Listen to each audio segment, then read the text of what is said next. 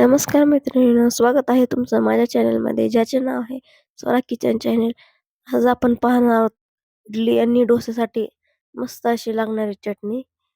ही चटणी अगदी सोपी आणि सरळ पद्धत आहे याची. आता इथे मी एक वाटीभर शेंगदाणे घेतले आहेत आणि ते शेंगदाणे मी मस्त अशी खालीवरी करून घेणार आहे आणि खरपूस भाजून घेणार आहे.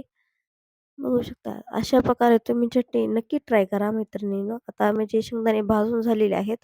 एका प्लेटमध्ये काढून घेऊ. असे खरपूस भाजून झालेले आहेत माझे शेंगदाणे. आता त्यावरचं थंड झाल्यानंतर त्यावरचं आपण साल काढून घेणार आहोत. मस्त असं सर्व साल काढून घ्यायचं आहे. त्यानंतर मी अर्धी वाटी दळव टाकणार आहे आणि दोन्ही मिक्स करून घेणार आहे. मिक्स झाल्यानंतर मिक्सरच्या भांड्यामध्ये मी ते दोन्ही शेंगदाणे आणि डाळ टाकणार आहे आणि 4-5 हिरव्या मिरच्या, कोथिंबर, 2-4 लसणाच्या कुड्या टाकून घेऊन मी पाणी टाकून वाटणार आहे, पेस्ट करून घेणार आहे. आणखीन पाणी लागेल तसे मी टाकून घेणार आहे आणि वाटणार आहे. बघू शकता आता आपण तडका द्यायला चालू करू. मी इथे तेल टाकलेलं आहे.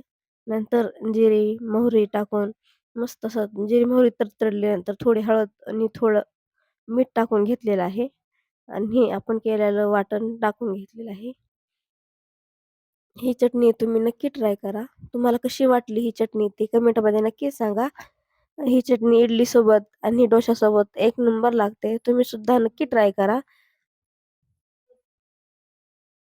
बघू शकता किती मस्त आणि चांगली चटणी झालेली आहे. लई लागेल तसे पातळ, घट जशी आवडेल तशी तुम्ही करू शकता आणि व्यवस्थित असं हलवून घ्यायचं आहे. आता आपली चटणी तयार झालेली आहे. माझी ही रेसिपी तुम्हाला कशी वाटली ते कमेंटमध्ये नक्की सांगा आणि माझ्या चॅनलवर तुम्ही नवीन असाल तर प्लीज माझ्या चॅनलला सबस्क्राईब करा. व्हिडिओ आवडल्यास लाईक नक्की करा. तुम्ही सुद्धा ही चटणी नक्की ट्राय करा आणि कमेंटमध्ये सांगा कशी झाली. Thank you.